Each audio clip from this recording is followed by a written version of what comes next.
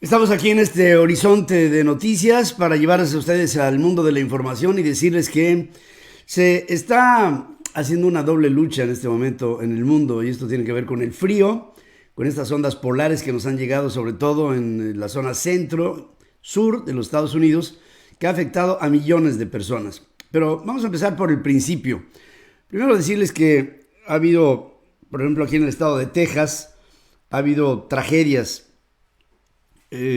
Prohibió Texas a compañías de gas, por ejemplo, el que haya exportación de gas, cualquier tipo de gas que sea de Texas y salga a otro lado, está prohibido por el gobernador Abbott.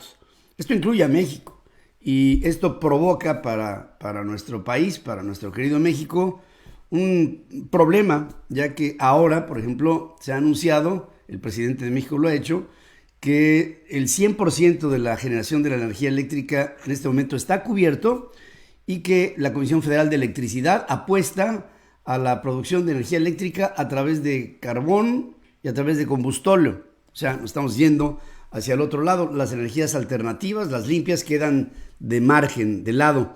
Pero no solamente ahí hay una problemática, sino que estamos viendo cómo este frío ha traído ya consecuencias. Por ejemplo, aquí en Houston, una familia completa muere intoxicada porque estaba el vehículo que tenían en su casa, se quedó prendido.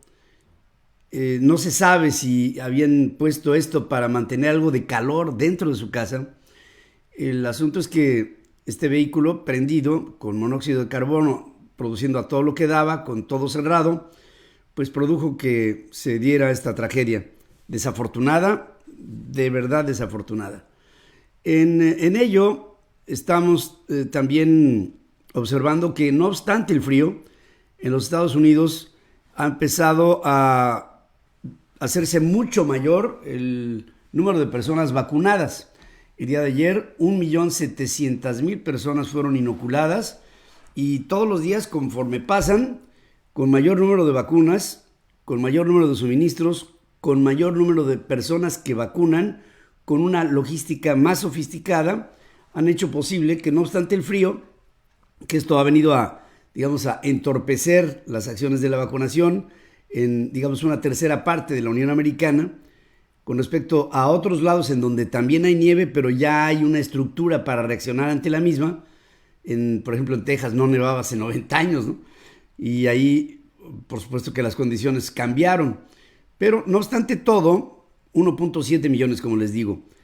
Esto significa que para dentro de 2, 3 días, conforme la tormenta vaya siendo, digamos, equilibrada en función de la reacción y que cada vez sea menos el daño, se puede pensar que el ritmo de vacunación podría llegar a los 2 millones de personas diarias.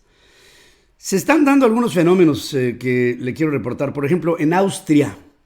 En Austria ha habido ya reporte de personas que les dio COVID y ya les volvió a dar. Es decir, viene una reinfección a la misma persona por el COVID. Este tipo de reportes no se había dado. Y también algo que nos llamó muchísimo la atención es que la Unión Europea estará por recibir 300 millones de dosis de vacunas de Moderna. ¿Y quién hizo Moderna? Bueno, Moderna la hizo el CDC de los Estados Unidos.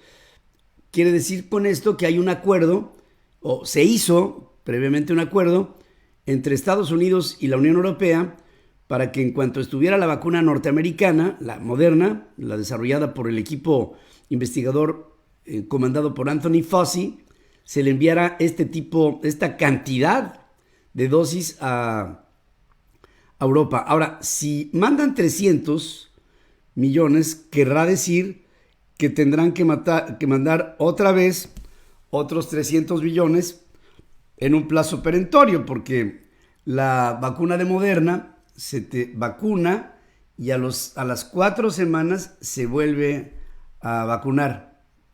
Es una doble vacunación. Esto implicaría, lo veo de volapié y de principio, que Moderna ya tiene un pacto con la Unión Europea para enviar 600 millones a Europa. Primero 300 que estarán por llegar.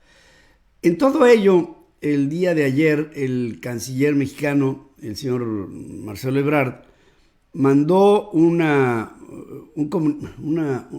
exhorto representando a los países de América Latina y del Caribe sobre dice, falta de equilibrio en la distribución de las vacunas.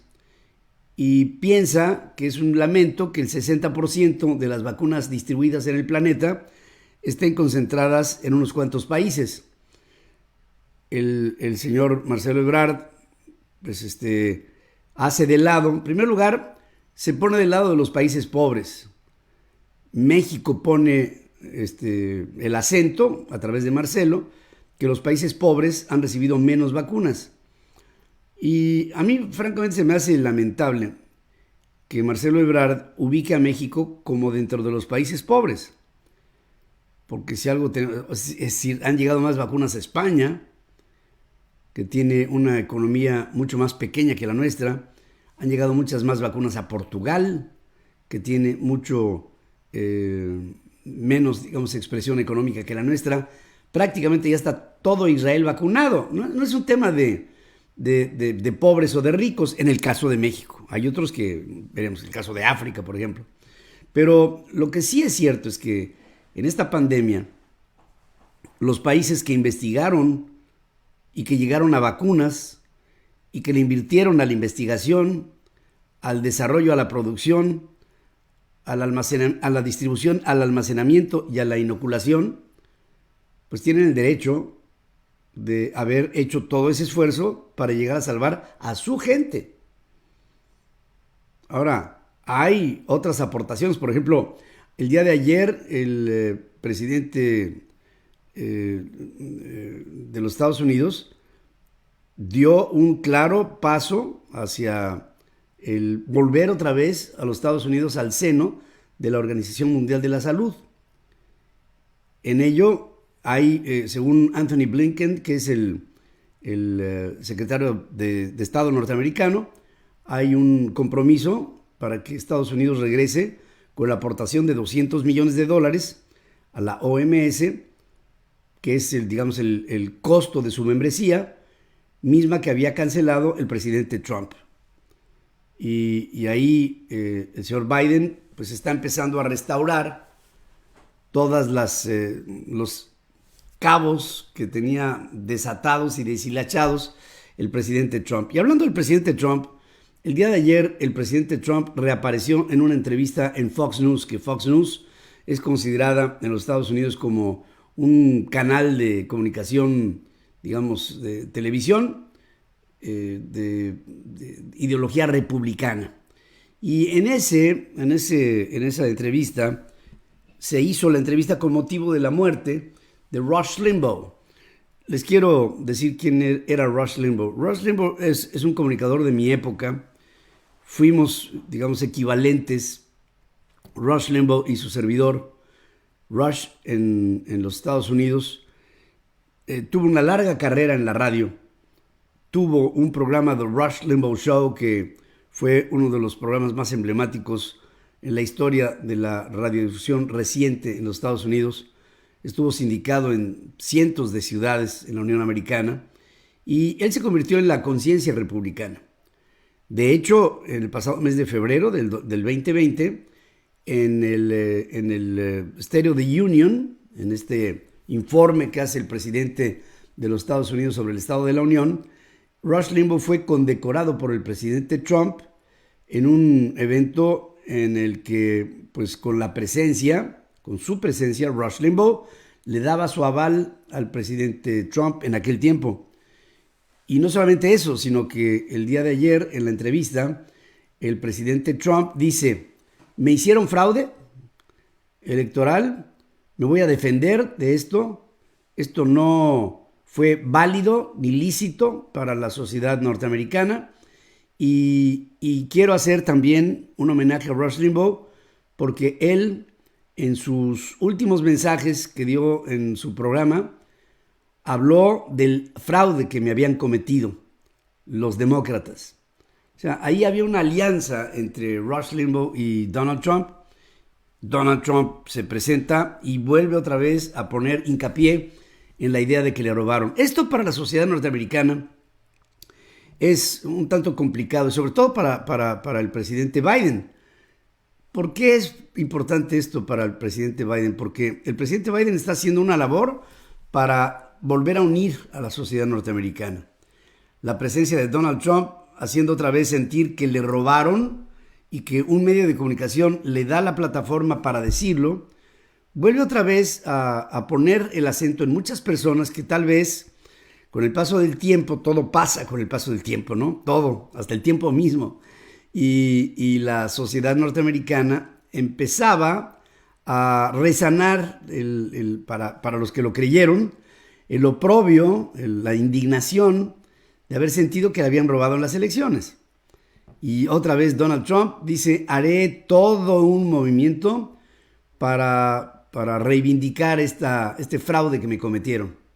En el marco de este recuerdo que se le hace a uno de los comunicadores más reconocidos en una gran parte del siglo XX y parte del siglo XXI, Rush Limbaugh. El Rush Limbaugh Show fue, yo creo que, uno de los programas más emblemáticos que ha habido en la historia de la radiodifusión en todas partes, en todo el mundo. Fíjense que el gobierno de los Estados Unidos, con respecto a Norcorea, está proponiendo una demanda a través del Departamento de Justicia norteamericano. Presenta una acusación en contra de 3 programadores informáticos de Corea del Norte por una amplia gama de destructivos hackeos globales, cuyas víctimas incluyeron bancos, así como un estudio cinematográfico.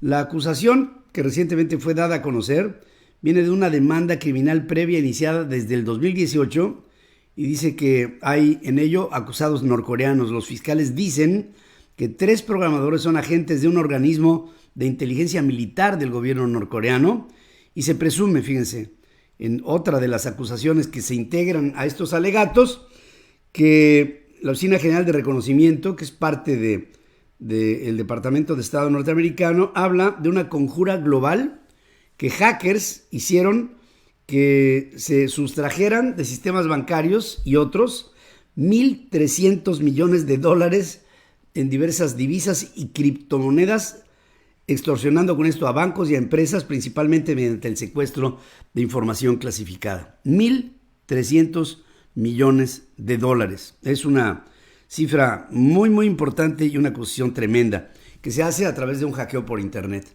Y hablando de Internet, también el día de ayer pasó algo que se me hace complicado y sobre todo que tiene un eco en lo que estamos empezando a ver en México. En México se está tratando de regular a través del partido en el poder de Morena, se está tratando de regular a las redes y al Internet.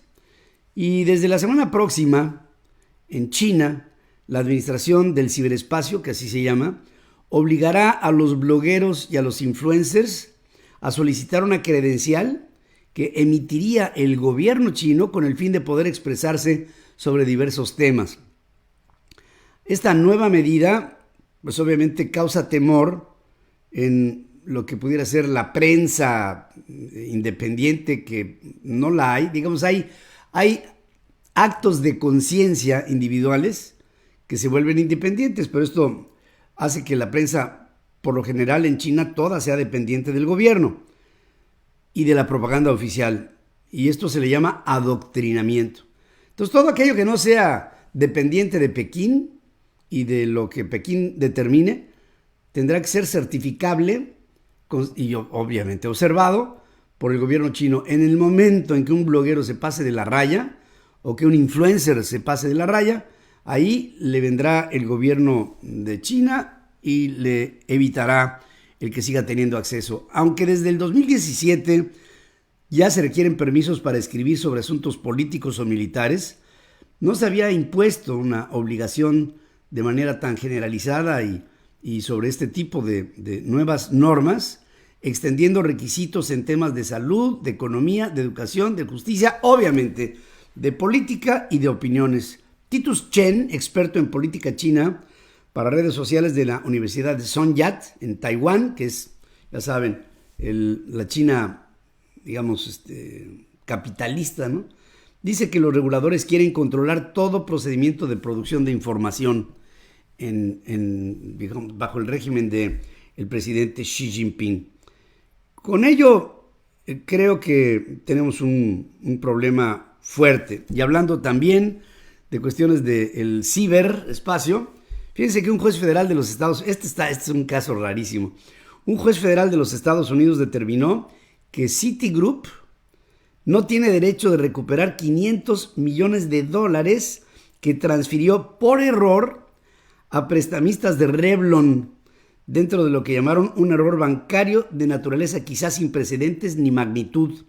Jesse Furman, que es juez federal del distrito de Manhattan, aseguró que las transferencias hechas del 11 de agosto del 2020 en adelante eran transacciones finales y completas, no sujetas a revocación. Claro, Citi, el banco, dice, pues vamos a apelar a esta determinación judicial, nada más que en calidad de agente de préstamos de Revlon, Citibank transfirió $893 millones a los prestamistas de la empresa.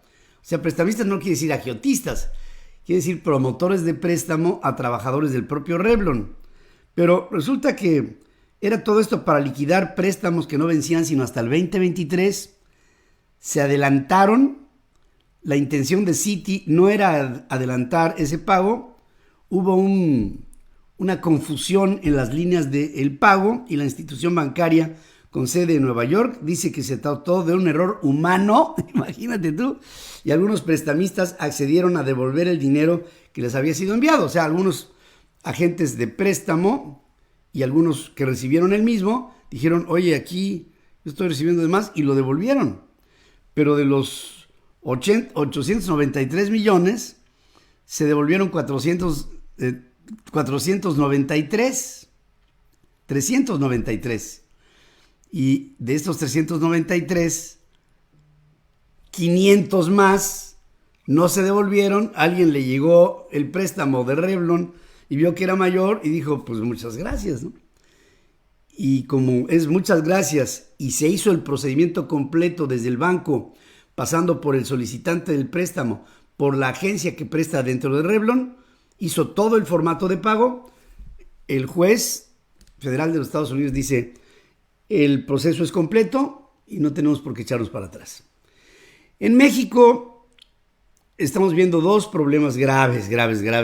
Uno es la dispersión de la vacuna, porque pues aquí se está viendo que México no teníamos en el país una negociación adecuada para poder tener la vacunación hacia la población completa.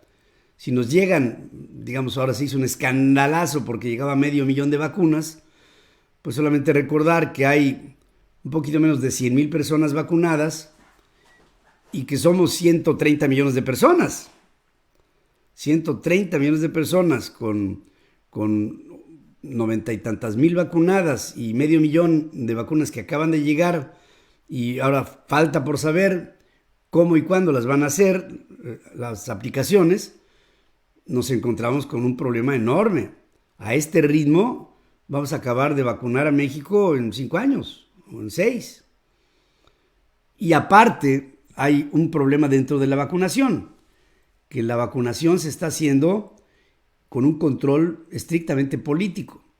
No sé por qué, bueno, sí sé por qué, está pidiéndosele a las personas que están llegando a ser vacunadas, que son de un estrato arriba de los 60 años en la tercera edad, están pidiéndole a las personas su credencial de elector, toman la credencial de elector, quienes la reciben, que por cierto están vestidos con los colores del partido político que representa el presidente López Obrador, de Morena, no tienen logotipos de Morena, pero sí tienen el águila imperial, que es el emblema que utilizó el presidente López Obrador desde que se declaró, él se autoproclamó presidente legítimo de México, allá en las elecciones cuando le ganó Calderón.